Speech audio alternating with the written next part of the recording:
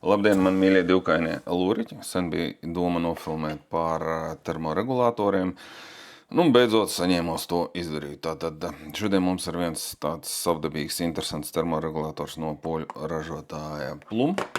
Modelīts Ester X40X nozīmē, ka šis ir bezvadu termoregulators.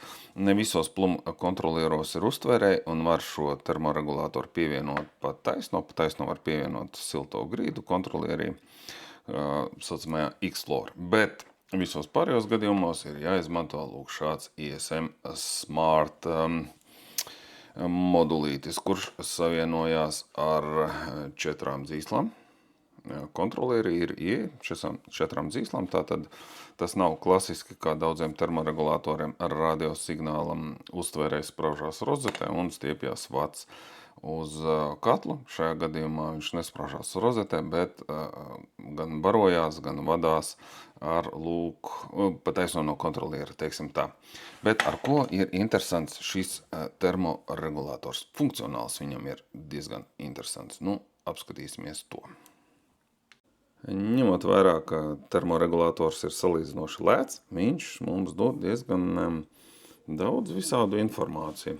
Ar to es gribēju teikt, ka dārgāki termoregulatori, kuros ir iebūvētas vairāk tehnoloģijas, spēj dot vairāk informācijas ārā. Protams, jāatcerās, ka Plum kontrolieris savienojas tikai un vienīgi ar Plum kontrolieriem.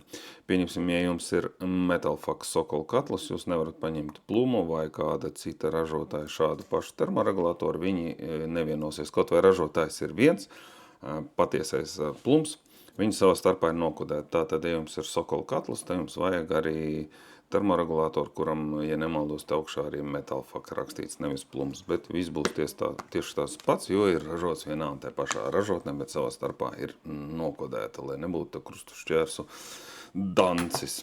Bet, ko es ar to visu gribēju teikt? Tātad, ja mums ir pilna sadarība starp katla kontrolieru un termoregulātoru, mēs šeit varam redzēt brīdinājumu, ka mums ir kaut kāda kļūda.